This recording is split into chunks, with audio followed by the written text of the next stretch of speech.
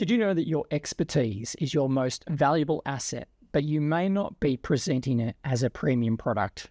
Now, in this video, I'm going to show you how you can forge your knowledge into a signature framework that dramatically increases its perceived value. Now, would you also like to know what ads are actually making your competitors money? Well, today, I'm also going to show you behind the scenes into Facebook ads library to legally spy on your competition and other marketers out there, and then how to reverse engineer their success to create your own campaigns.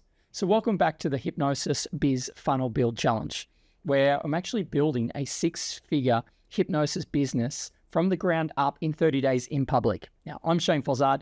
Today is day 3 and day 4 combined.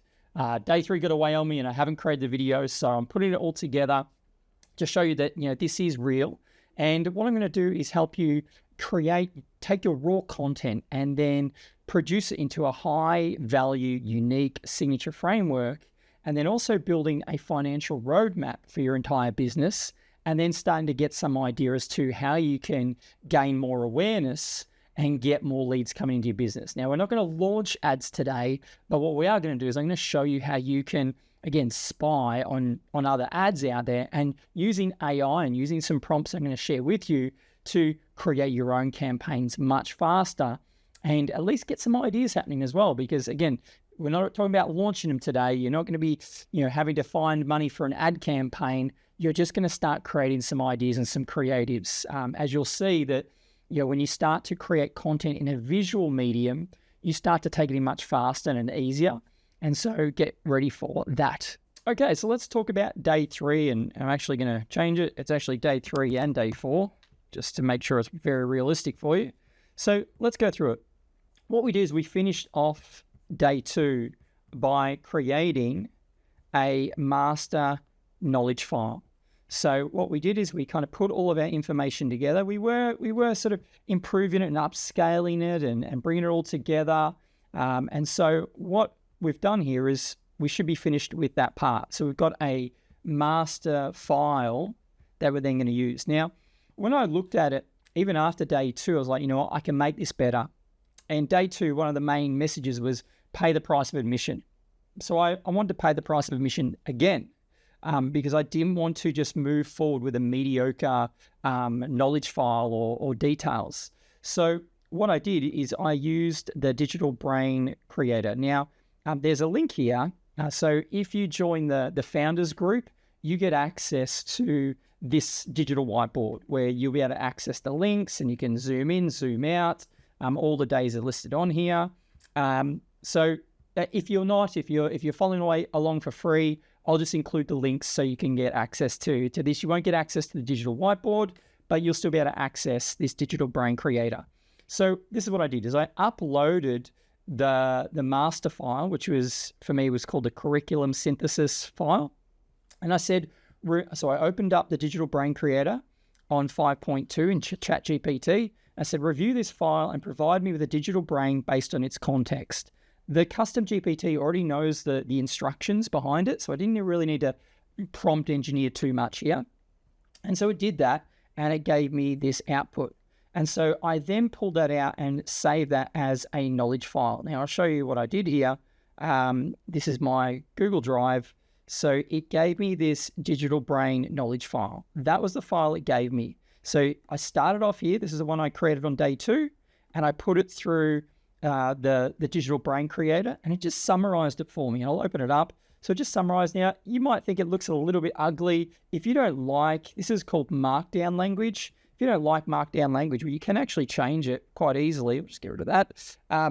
Highlight it all, cut it out. So cut it, and then do paste from markdown. And you can see it just kind of, reformats it for you. I'm okay whether you use it like that or, it's entirely up to you however you use it. I'm just, it's one less step that I need to do. So I just leave it at that. And I'm used to reading it in this style anyway, but whatever you prefer. So that's what I came up with, this knowledge file. So just summarized everything. Again, if I just quickly show it to you, it's a 30-second elevator pitch, the target market. What else have we got here? The main problem solved. So it was similar to what we already did previously, but I just want to elevate it a little bit more and just want to polish it up. So that's what I did with this technique here. And then what I did is I took that knowledge file and I put it into Notebook LM. So I went back to Notebook LM to, oops, there it is, Notebook LM. And I put it into the self-hypno. So it started off with just that one there. So I create a brand new Notebook LM and I dropped in that digital brain file. And then I went and created an infographic from it. So again, I wanted to create it in a visual means. Now, this is why I'm the big fan of creating things visually. Whether you are doing this for a client or you're doing this for yourself, I believe that if you take out a lot of the effort, it makes things a lot, obviously easier. Like you only have a limited amount of cognitive energy in a day. And so if you can create information in a visual medium, you actually will, what they've suggested, a lot of studies have suggested it takes under 13 milliseconds to recognize that content and make sense of it. If you're communicating verbally, the reaction speed is about 150 milliseconds. So almost like 10 times slower because that information is now linear. Like it's, I can't hear the end of your sentence until you say that. But if you were to create an image, I get to decide what part of that image I take in. And in fact, I probably take it all in at once. So that's why visual information is actually more efficient than any other format of information. Now, I'm not talking about video necessarily because video is also sequential and linear. Like you can't see the end of the video until you watch the start, at least to make sense of it. But a single image picture is really, I guess, a hack to taking your content, especially if you're a little bit overwhelmed with a document like this, and you're like, oh, there's a lot of content here. It's too much to take in. So I just like to create an infographic very quick. It just gives some ideas. I may not ever use it. No one in public may see it, but it helps me go, okay, that's how my idea could be represented visually. So I did that. Now, do I have a copy of it? I think it's down here. So this was an example of what it came up for me, this 4-phase. So I got a quick look at it and go, okay, great. Am I happy with that knowledge file? Again, you might go through this with a fine-tooth comb. It's just another checking point. So think of it like that. Go through it with a fine-tooth comb and then go and see it represented as a visual infographic and then see if all that detail's still in there or whether it's generated some new ideas for you. So it's just like a different angle, a different perspective to look at it. And then what I then did is I was like, okay, I had a look at it. I was like, it hasn't quite got the signature framework that I'm looking for. Like it was like a 6 out of 10. I know I can get it to like a 9 out of 10. And so I'm like, okay, I want to pass it back through a machine that's going to help me polish it up even further.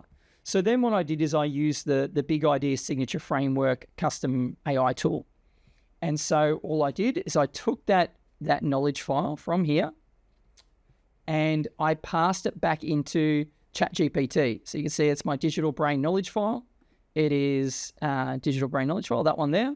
So I passed that back into ChatGPT and I ran this next prompt. I said, help me develop and improve signature framework to this course that will be a self-hypnosis hypnotherapy certification course, online course for $5. Now, again, I know what my vision is. I knew that my vision was to run a training course for $5. It seems like it's a crazy idea. It seems like I'm, running for the bottom of the market.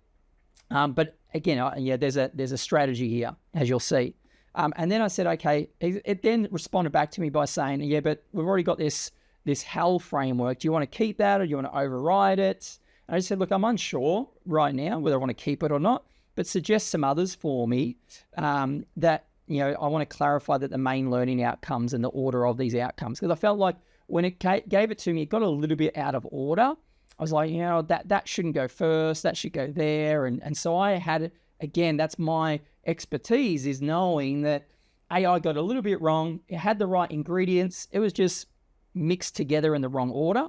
So I had to change that. And then I said, okay, well, look, I think what's missing is the science of hypnosis and how it changes the brain.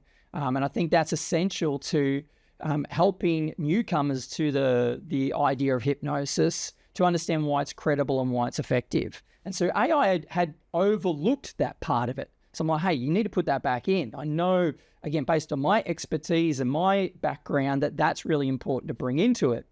And so I said, put that back in.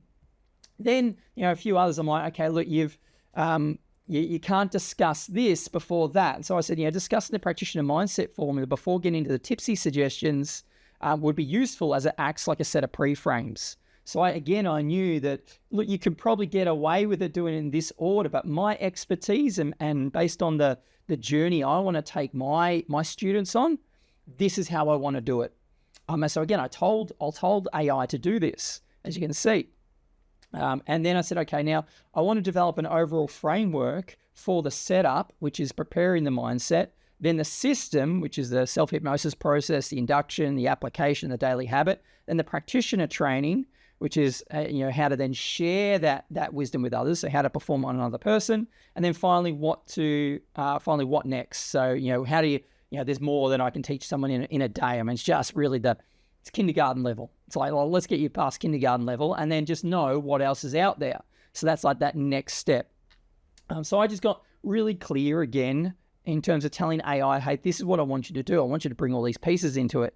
And then the next part is, again, I had used, this is where those images come into handy, because I had already created some infographics. If I kind of zoom out a little bit, go back over here, when it was day one,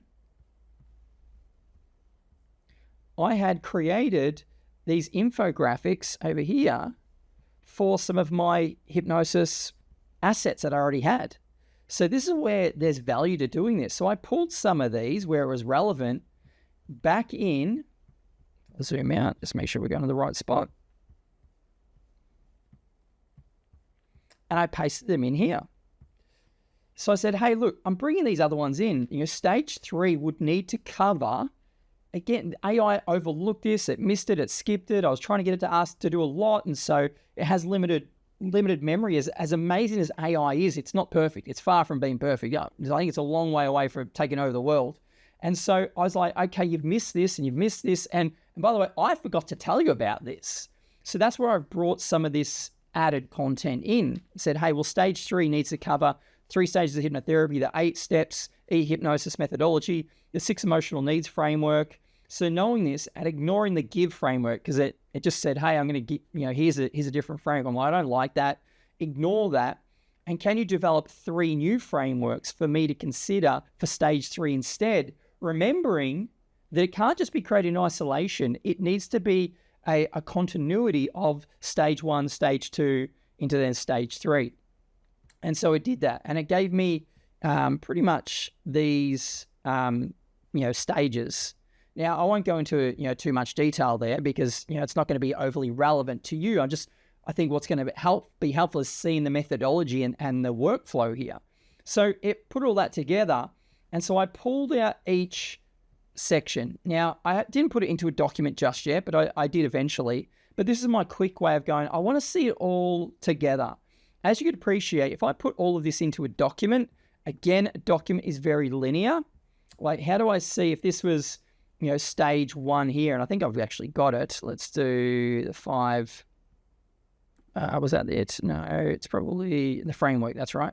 So this is the full document. Now, how do I see setup 1 compared to setup 2? I can't. I've got to scroll up, I've got to scroll back, scroll up, scroll back. So this is why I, again, really like digital whiteboards, because I can put these together. I can zoom in and zoom out. I can kind of have a look at it and go, okay, well, here's stage 1, here's stage 2, here's stage 3, here's stage 4. Am I happy with them? Do they flow? Do they connect together? Is something missing? And then what I did is I brought them all together and put them into this knowledge file, one at a time.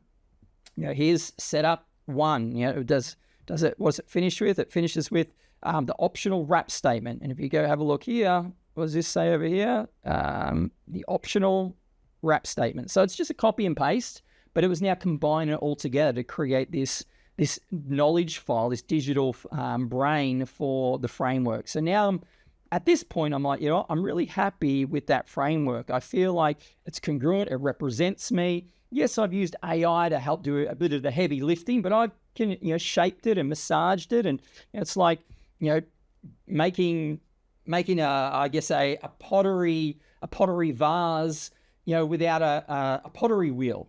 Why not use a pottery wheel? It's a tool that can be used that helps make that vase easier as opposed to just using your hands. So that's how I see AI. AI is just another tool.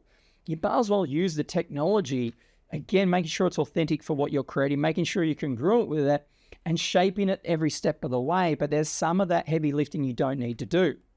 And then again, I put it into Notebook LM, and I created another image for it. Again, this does not mean I'm going to use this image publicly, but it just, again, allows me to see the visual representation of what I've actually created. Go, yep, I'm happy with that. So then I was like, okay, what I want to get really clear on is what's the business model here?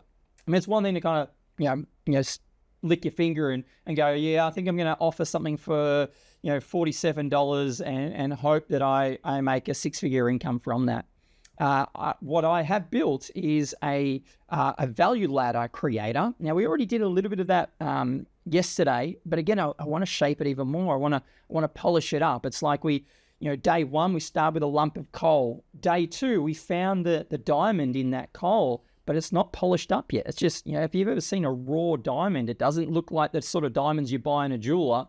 It's not as shiny yet. It hasn't been polished up, hasn't been cut yet. Now, a cut diamond is worth more than a uncut diamond or an unpolished diamond, I assume anyway. I think I have a perceived value that it's more valuable, and that's ultimately what we're dealing with here is our consumers' perceived value, whether that's factually true or not. Okay, so the next thing what I did was I wanted to create this value ladder. Now, what I did is clicked on it, opened it up into ChatGPT. I then went to my Google Drive. I went and found where my files were, the two files I wanted to upload, Digital Brain here and the framework, and I hit select and then upload them. And then what I did is I used this, help me gain some clarity on the 4-tier value ladder for this proposed new business. I intentionally called it 4-tier, and I might have confused AI a little bit because I'm not focused on the free tier just yet. So what I am focused on is micro, low, mid, and high, 4-tier. There is actually a 5th tier, which is the free, the lead magnet, but I don't really want to work on that just yet. I want to get clear on the business model first. And so, that first sort of entry point, we'll come back to that. And this is my approach to it. So again, much like I did up here where I separated all of the stages for my framework, I want to separate each of the tiers. And so I really kind of workshop the tiers before I kind of moved on fully. Now, the AI has a tendency to go, here it all is at once, and it's going to give you your micro, your low, your mid, and your high, all in one prompt. And I was just like, okay, let's focus in on micro. Let's get that right first. And so that's what I did here is I just made sure we got that right, put it on the whiteboard so I can see it. Then the low tier. So again, if you haven't seen day 2, micro is a single digit number. So say $5, $9, $7. And then low tier is a 2-digit number. So 97, 57, 47, 12. And then your mid tier is 3 digits. And then your high tier is 4 digits plus. Now, what you'll notice is my high tier is not necessarily 4 digits, but it's 4 digits over 12 months. So it's a bit of a more monthly reoccurring option, but that's where I push it into the high tier. So again, this is not necessarily a rule, it's just a guide, and you get to use it however you like, depending on what sort of business model you're creating. So I brought out all of those together. I shaped them, got them looking right, made sure, I added new things to it. I took things out. I had to tell it about some of the value stacks of what was included in these offers that I hadn't told it yet. You'll probably have that unless you're really good at planning, much better than I am. I'm pretty good at planning, but there's some things that I get halfway through, I'm like, oh, hang on, I haven't told you about that. Or hang on, I've got this other idea that I just forgot to bring in here. So you just kind of keep adding pieces to it as you need to. Now, I try to avoid that as much as possible, of course, because if you get all the information right at the front end, so much better. But then what I did is I said, okay, grab all of this and then create a comprehensive and detailed knowledge file based on this entire 5-tier value ladder. It did already give me some free options, and I'm like, okay, just include that anyway. We'll go with it for now. I'll come back full circle and improve upon that. And so it then created this knowledge file. And so that was this, where we got it, it would be 5-tier value ladder. So I create this other document. So now what I've got is got my framework document, I've got my 5-tier value ladder document, I've got my digital brain, and I've improved all of them. So I'm like, okay, I've paid the price of admission because I've made those, we'll talk about writing that $100,000 check. I've just written 3 $100,000 checks today that I can cash in the future. And so, it's kind of making sure that you're paying the price for the success you want. Now, what I did say what we'd do is, hey, how do I make sure this business model is actually going to be, it's going to work? That it's not, again, that we're looking forward. And so this is the financial model that we're looking at now. And so what you can use is this revenue earning planner GPT that I built. And so what this does is it kind of reverse engineers everything. Basically says, how much do you want to earn? And then what's your business model? And then what's the roadmap to get to, your goal as to whatever that is. And so, again, all I did is I uploaded my 5-tier value ladder, just like I sort of showed you earlier. So we go in here, I clicked into this, opened it up.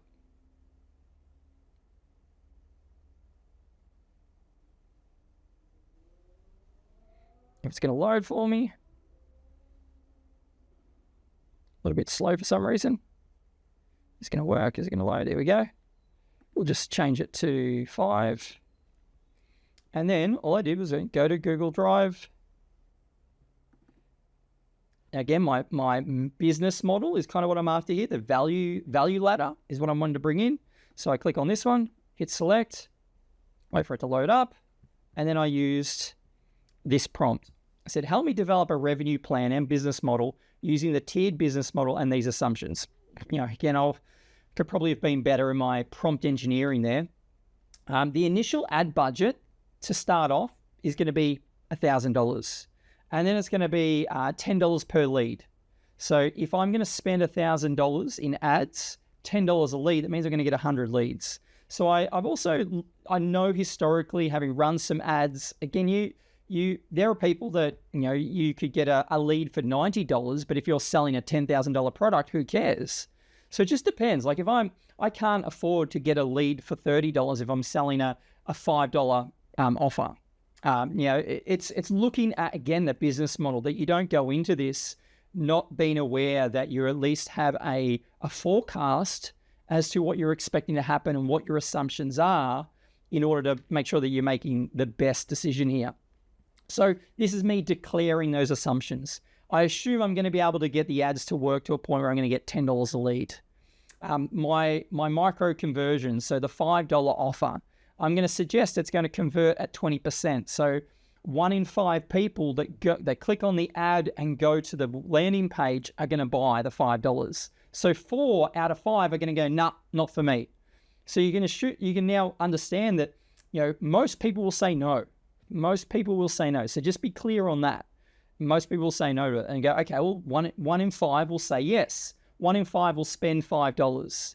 Then I'm saying, okay, 1 in 2 that spend $5 will go for the low ticket conversion, which is going to be $97. And then 15% of those that get the $5 offer will get the mid-level. So what's that? That is $997. And then the high ticket, 10% of the micro will get the high ticket offer. And so I said, because I know my high ticket offer is a monthly membership, then what I'm also doing is going, well, I'm going to assume that when people join the membership, their average retention rate is going to be, say, 6 months. So again, I've been kind of conservative. Obviously we'd love people to sign up to our ongoing coaching programs or whatever it is, those sorts of programs that are like have continuity to it. Like they have no end point.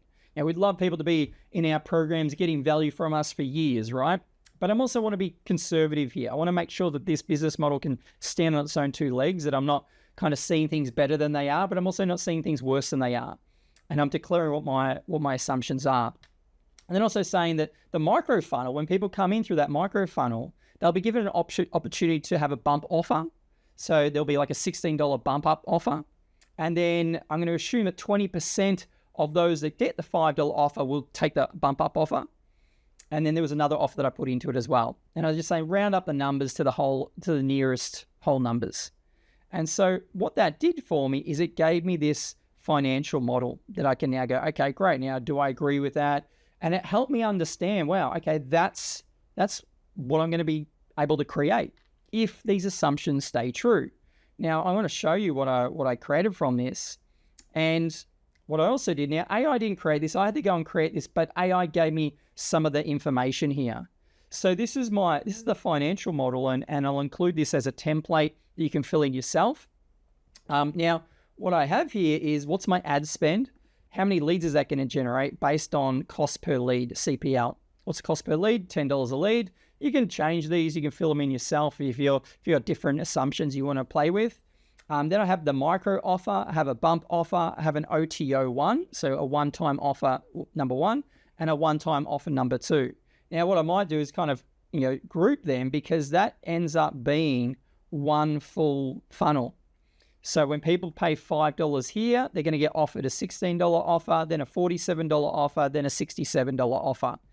And so what I'm aiming to do here, and this is how I built the business model, again, this is all the plan of it, I haven't started this yet, is that this will generate the, hopefully at least, will pay for the ads. So before someone's come to the training, enough people have purchased all of this that it funds the ads, or at least partially funds the ads, because I want to minimize the impact of the ad spend to my bank account as much as possible. And so that's the intent here, is that this first level, this first funnel, will pay for the ads or close to it. And then when people come to the event, so all of this last part here will be them coming to the event. I'm just going to highlight that. And so this is like the event triggered sales model. So again, like we said, 50% of people that show up to the event will purchase the low ticket, 15% will purchase the mid ticket, and 10% will purchase the high ticket. And therefore, anyone that purchases the high ticket will be part of the monthly as well. And then look at how much revenue that's going to bring in, how much monthly recurring revenue is that going to bring in, how many then active users. So I kind of assume on month one, I've got no active users. So there's no revenue, no additional monthly revenue included there. I'm also assuming a 10% decrease each month. So people that sign up for a monthly membership, let's say 10% decrease every month. So I need to be topping it back up at a level that's higher than 10%. Otherwise, my monthly sort of continuity plan is just going to be declining continually. And then looking at the cash revenue. So the whole intent here of this challenge is to build a multiple six-figure business. So I'm like, okay, is that true? Am I building a business model that allows me to do that? Now, if I show you down here, you might have kind of jumped ahead and looked at some of the, in total, the first event projected, the forecast is we'll make $12,000 from it. The second event, month 2, $25,000 from it. Month 3, $49,000. Month 4, $67,000. Month 5, $70,000. And it sort of plateaus a little bit. Starts to increase a bit more because you've got this monthly reoccurring that's building up. But that tells me, okay, if my assumptions, a big if, but if my assumptions are accurate, this is the sort of result I could expect from this. Now, I also put in some expenses, because there obviously are expenses. This is all just cash, assuming we have no expenses. I don't know any business that doesn't have expenses. So it's then going, okay, well, what are the expenses? Like, I have to pay for a platform in this monthly recurring opportunity where I'm adding value to people. There's a cost to that. And so I've included the platform cost. There's a cost to delivering the mid-ticket. So the mid-ticket does require some interaction, some human engagement. There's work to be done. There's an element of done for you in my mid-ticket offer. There's an element of done for you in my high ticket offer. And again, I'm being a little bit abstract about it because I'm not here to sell you on what I'm building. I'm here to sell you on the idea that you can do this yourself for your own business and your own ideas. And so I want to show you the framework and the process rather than trying to get you to buy into my programs. And so that's what I've done here is going, okay, what's it cost me? What are the cost of goods? what's it cost me to deliver this to someone? And so I've looked at it and I've estimated, again, my assumption is it's about $250 per person. And then the cost to deliver the high ticket is about $300 per person. So I'm like, okay, well, there's some decent profit still in that. You always want to aim for, anywhere from 70% to 30% profit margin. You don't want your profit margins to be too, fine. There's not enough. There's not enough in there for you as well. For you to live your life and to create more abundance. So, that's what I've built in here. And then I've said, okay, well, what's the ad spend? I need to put the ad spend back in there. So let's not forget about that. That's an expense. And so my total expenses minus all of that from the total cash that's coming in. And so if I look at this, that's a crazy number. Let's say it's $500,000. So again, based on my assumptions, if my assumptions are correct, I will bring in about, I think it's like $800,000 of revenue. But if I have paid $250,000 in expenses, there should be left over by the end of the 12 months, close to $500,000. Now, this is again, I'm like, okay, well, you might disagree with some of the assumptions, and that's completely okay. I base a lot of my assumptions in historical results that I've generated or that I've seen other people generate, or at least if you haven't done any of that, you don't know anyone that's run campaigns and you've never run campaigns, go and ask ChatGPT, ask AI, hey, here are my assumptions. Can you challenge them a little bit? Can you make sure that they're accurate? Can you make sure they're realistic? Because I want to make sure I'm setting my own expectations accurately and realistically rather than, expecting to make $500,000 and then finally only make $50,000. That's going to suck. So making sure there's some basis in reality that this is based upon, and mine is. And so, that's, again, if I'm half right, that's $250,000. It's closer to $3,000, $300,000. So if I'm, 25% right, what's that? That's like $120,000. It's still not too bad. So that's kind of what I look at. And I make sure I get really clear on this business model. And then that takes me through to that. That's what I did on day 3, is I kind of put all that together. I'm like, I'm really clear on that now. I'm happy with it. If you watch day two, I sort of said, I'm going to show you how to do the ads. And I just got to the start of day 3 and I'm like, you know what? I'm not happy with how I left day 2. So I want to refine it even further. I want to get really clear on what that business model was. I want to make sure I understood what the financial framework was going to be. And so that really took me through to day 3. Took me, maybe like 2-3 hours to put together. And then I had life commitments come in the way, and so I didn't get a chance to record this video, but that gets you through to day 3. So let me know how you go with that. If you got any questions, comment below. And I would really appreciate it if you could like, subscribe, and leave a comment on this channel. And then I'm going to challenge you with a 2-minute task to put something into action. And I want you to comment and let me know what's one thing that stood out to you today based on what you've seen that you're going to take immediate action on. And that's it from me. I'll share day 4 with you very soon. Take care. Bye.